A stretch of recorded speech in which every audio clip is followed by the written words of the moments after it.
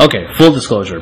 Yes, Huawei did announce the Ascend Mate 7 at IFA in Berlin, but at the end of the actual event, they also, to our surprise, gave everyone one, and yours truly was not off that list. So I'm here right now. I wanted to give a little bit of time before I did this particular video because you just saw our first look, but I figure it's time now to take a look at it. So, it's Josh Vigard from Android Authority. What's going on, everybody? And this is your unboxing and initial setup, at least for the fingerprint scanner, which is one of our favorite features of this phone, of the Huawei Ascend Mate 7.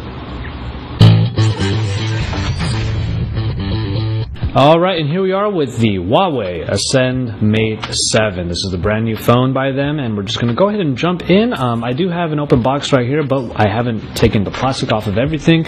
And there it is, that glorious 6-inch screen. This just might be one of the largest phones that we've ever had the pleasure of using, but I'm really excited to be able to use it. Then there you go. You have the metal construction.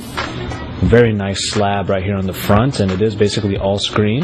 We've already seen quite a bit of footage and also had a lot of hands-on time with this phone. I'm going to go ahead and put that aside just for a second.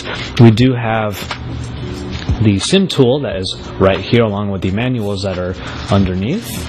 Actually, there are none in this particular case right now. I remember now. So we have that. We also have underneath here the accessories, the micro USB charging cable, some headphones, and of course the plug adapter. We're going to go ahead and just jump into those right now. Here's our plug adapter. We have the here's the headphones right here. They seem pretty standard, not necessarily the high quality ones that you would expect to have to use with a phone like this, but these are the standard ones that come with it. And then finally, of course, a nice long micro USB charging cable. And from there, it looks like that's pretty much everything we have. If you look under here, there's nothing over there, and that should pretty much do it.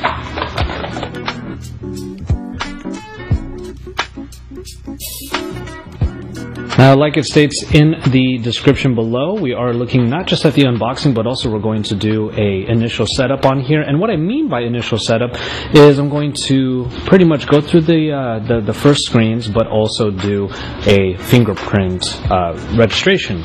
So we're going to go ahead and just turn on the device. First of all, we'll take a quick look around the device itself. Like I said, we have this wonderful metal construction. As you can see over here, it just looks really nice, and it's a very attractive phone.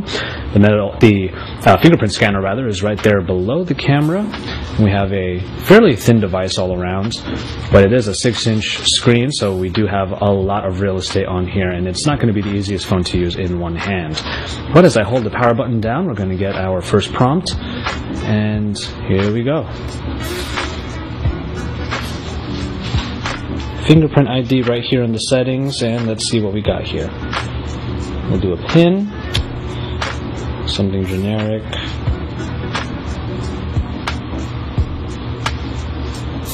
Alright, go ahead and enroll. Please place your finger on the fingerprint scanner. Once you feel a slight vibration, lift and press your finger again. So here we go. And there's the vibration. There's the vibration.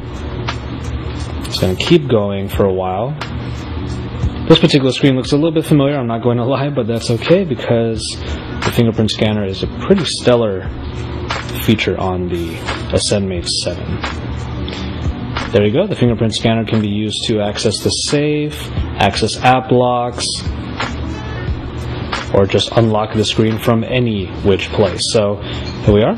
We're going to head back here. I'm going to go and turn off the phone, and I will just rest my finger right there, put my finger on there, and it turns right on. It's a great feature on the Ascend Mate 7. One of the best implementations of a fingerprint scanner that I think we've ever seen. You know, I really don't think that's ever going to get old. But that was the unboxing and initial setup, at least in the case of the fingerprint scanner of the Huawei Ascend Mate 7. Now, as far as my first impressions of the phone go, yes, this is a large display. And yes, that makes for a large phone. But my impressions are still pretty much the same as they were in the first look that I had at IFA in Berlin 2014. The construction of this phone is actually quite great, and it really shows that Huawei has really been stepping their game up in terms of just how great their devices not only look on the outside and inside, but also in terms of their features. So keep it tuned to Android Authority for all of the best coverage, including my soon-to-be review of the Huawei Ascend Mate 7. We're going to take a look at this phone and its fingerprint scanner, the Emotion UI, and a lot of its features, especially that very large battery underneath that should give it a lot of longevity and to be able to make this phone go the distance for a long time. So keep it tuned here, and of course we have the Ascend Mate 7 along with other videos. You can see our first look right over on the side, and remember to keep it tuned here to drop us some likes and to subscribe if you haven't already, because we are your source for all things Android. By now you've probably seen a lot of footage about the Moto 360, so we're not going to get into too much about the design. However, having a round face could pose some advantages and, well, disadvantages. But nonetheless, I finally have my version of the Moto 360, and I'm here to give you my initial impressions on it. So, it's Joshua Vergara from Android Authority. What's going on, everybody? And here is your unboxing and initial setup on the Moto 360.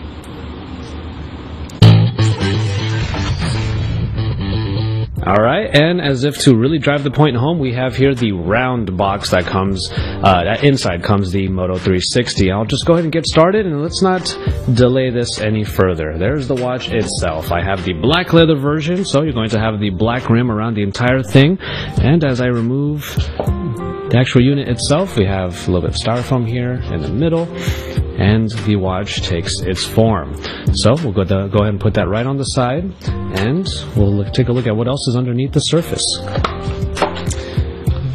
Alright, as we already got a great demonstration on at IFA in Berlin with our special presentation with Motorola, we have a charging dock right here. It is wireless charging that will allow the watch to sit on its side and still be used as a clock, even when you're not wearing it on your wrist. And here is the charger right here. So I'm going to go ahead and open that up when the time comes, and then be able to charge the watch and get it ready for our initial setup. But other than that, we do have the manuals right here that come with a little bit of information, but ultimately that's pretty much everything you get inside of the box. Now, this particular unit actually ran out of battery during my initial setup, so I had to charge it for a little while. But I do love the charging dock that comes with this. Wireless charging is great already, but the fact that the display rotates and becomes a clock when you have it resting on there is absolutely brilliant. I still think so, ever since IFA in Berlin just a few days ago, because with this particular watch, if it's not on your wrist, it can still remain useful. But after a short amount of time, I can't really say exactly how long, the watch already booted up. It had 30% battery life, and I was able to continue.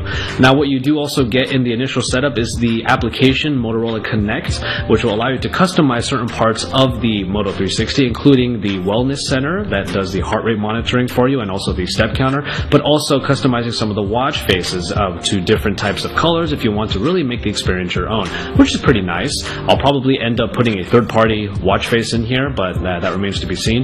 But from there, we get into the design. Yes, my initial impressions on here are about the same as they were back at IFA in Berlin, and even before then at Google I/O. I do think that this is a pretty large watch, and it is nice that you have a very large display on here to be able to see very large notifications, and the round face does a good job of really exuding all of the nice chronographic watch faces. Now, one thing I will say is, well, it is a round face, and in all honesty, I do feel like it's like strapping an Oreo to your wrist. But because it has a very neutral styling to it, then, well, it's going to blend in with a lot of what you're already wearing and with your particular style. You may need to change the watch band. It might be something that I end up doing. But the only other gripe that I have about it, yes, that black bar is at the bottom, so it's not a perfectly round face, but it's really just a small blemish on top of what is otherwise a very well-designed product that does look really nice. And ultimately, if you are really belly aching about that little bar on the bottom just because it takes a little bit away from the full diameter of a full round face, then maybe you should just look past that and realize that the core functionality is still there. It still works wonderfully, and thus far it's still one of the better round faces that we have available, if not the only one until we get the LG G Watch R.